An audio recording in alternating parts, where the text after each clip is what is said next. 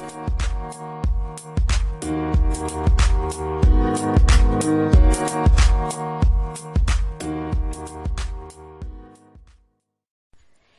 morning. Thank you all for tuning into the Media Lounge podcast. I am your host, Celine, and it is my fervent hope that this episode will educate you, inspire you to raise awareness on cyber safety and suicide education, and hopefully prompt a conversation with your child, grandchild, niece, nephew, or any adolescent in your life. Here to share her story with us today is founder of Gabriel's Light, Carol Deeley. Carol founded Gabriel's Light after losing her precious son to suicide in November of 2018. Carol, thank you for joining the podcast this morning. Thank you for having me. My pleasure. First and foremost, I want to say that I am sorry for the loss of your son. As a mother myself, I know that this has not been easy, and I am sorry for what you have been going through. Thank you very Carol, much. Yes, it's welcome. Nothing we could have imagined. Carol, aside from Gabriel being a very handsome young man, which was the obvious, I looked at your website, I looked at his beautiful pictures. If you will, can you start by sharing with us who Gabriel was, what were his interests, and how life was for him growing up as a young man? Yes. Gabriel became Gabe in approximately 5th grade when he told us he was no longer Gabriel, he was Gabe. And he was always, he was adopted from Ethiopia when he was 4 months old. And he joined our family with, we had 3 biological daughters. And they were thrilled to have this smiley, happy baby brother join our family. And then a few years later, we adopted another son from Ethiopia, and Gabe was very excited to be a big brother and took that role very seriously. In school, he was in 7th grade, and he had many friends. He had good grades. He was involved in a number of extracurricular activities, sports, school musicals. He had a nice voice. He played the piano, guitar. And he loved his recent love had been ballroom dancing and the co-ed dances. I love that. He considered, we considered him a ladies' man. He always seemed to have a girlfriend. He was very social, and he was just a very social, faith-filled, kind, but particularly funny young man. He had jokes for everything, and he could make anybody laugh. I love that. Thank you for sharing that. I can tell just by the way that you described him that he was a beautiful soul. Carol, when Gabriel reached pre-adolescence, did you start to see any change in behavior? And now looking back, did you see any red flags?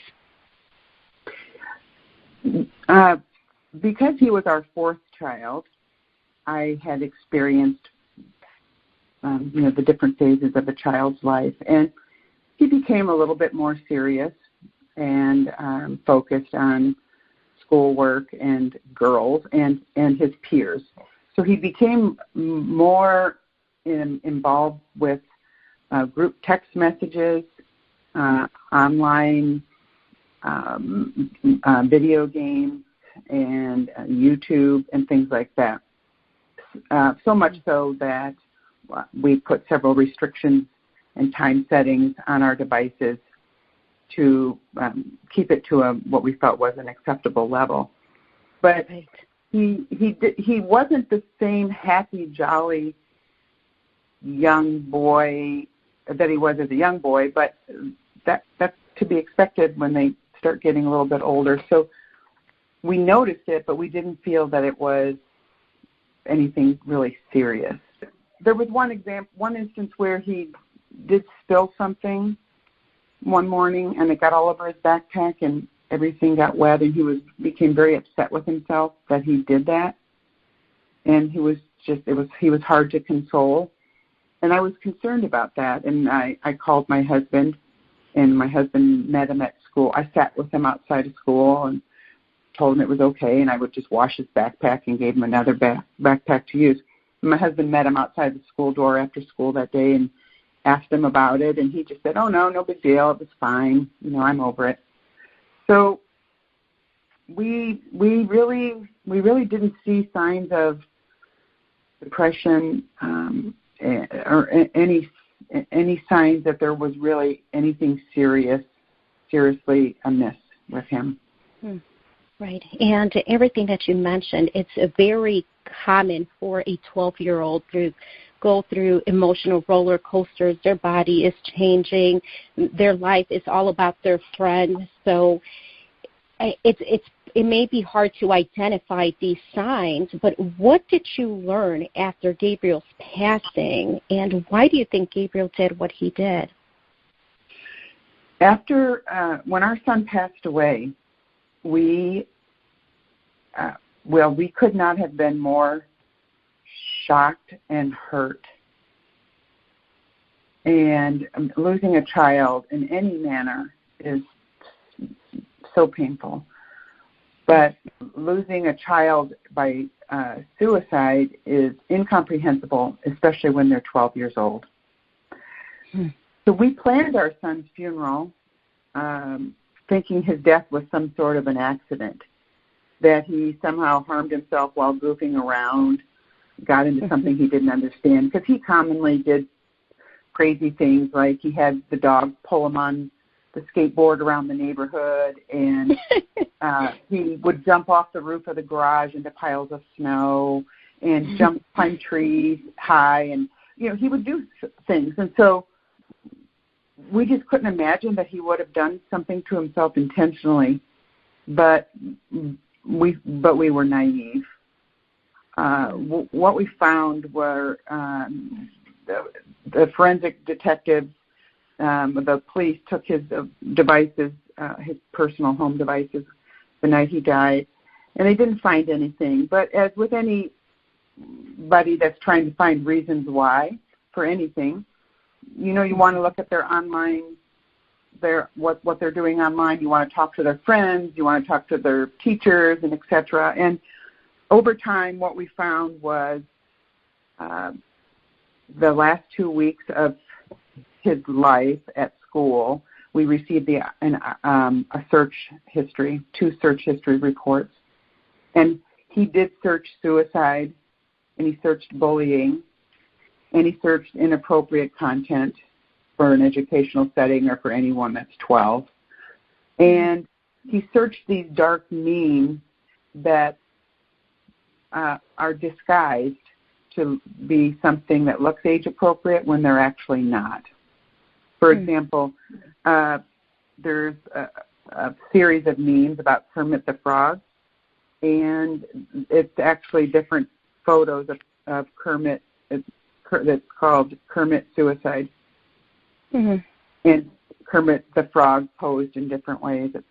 And so that was very alarming to us, and we were completely shocked because his personal devices, we were told that there wasn't anything on there that would have predicted what he did. And so when we saw the school device, we just thought, wow, he was thinking about it, and maybe was he being bullied because he was searching bullying.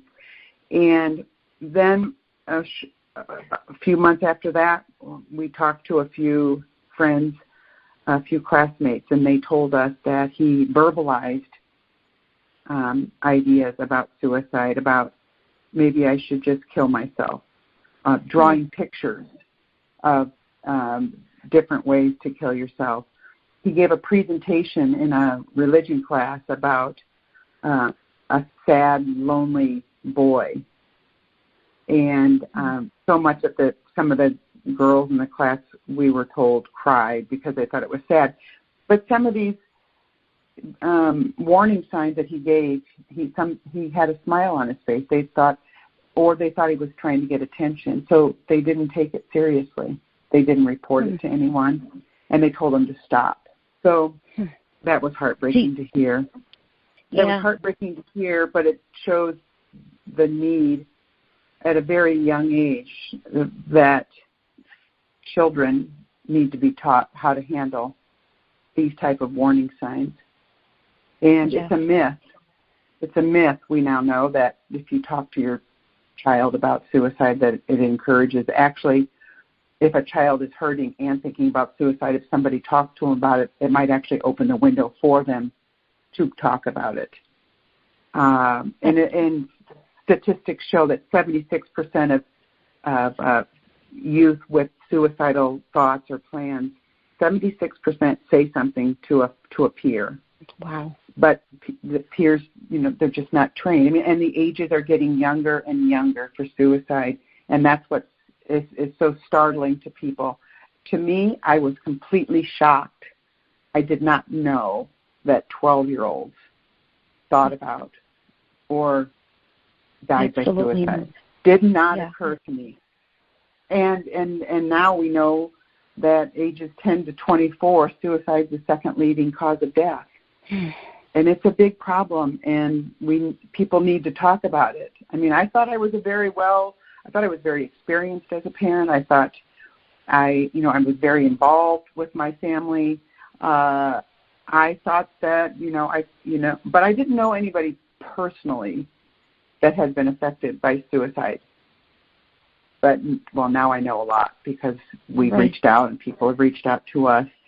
So the other issue is that with children now, suicide is becoming normalized. Yes. So there are memes about suicide, like Kermit the Frog, and some kids think it's funny, but they're not old enough to really understand what's ironic and what's funny. And there's the movie 13 Reasons Why. There's a television show or app or whatnot called Suicide Squad. And kids run, those running drills are called suicides when you're running up and down the court. So it has become normalized. It's used in rap music. It's just, and so, the question that we had was, did he really understand what he's doing, and was that it was final? Like, do kids really understand that it's final, like forever? I can't believe that they would understand that. Absolutely not. And that's what's really, really hard as a parent to process it, because I mean, he was 12. Yes. Carol, all these reasons that you mentioned are more of a reason for parents to monitor our children's devices, and not only it be limited to home devices, but also school devices. And after the unthinkable happens and your precious son is no longer here, Carol, you start Gabriel's Light. Tell us about your mission. Gabriel's Light was started because we actually launched it on the eve of the first anniversary of our son's death. So that was November 13th is the day we launched it.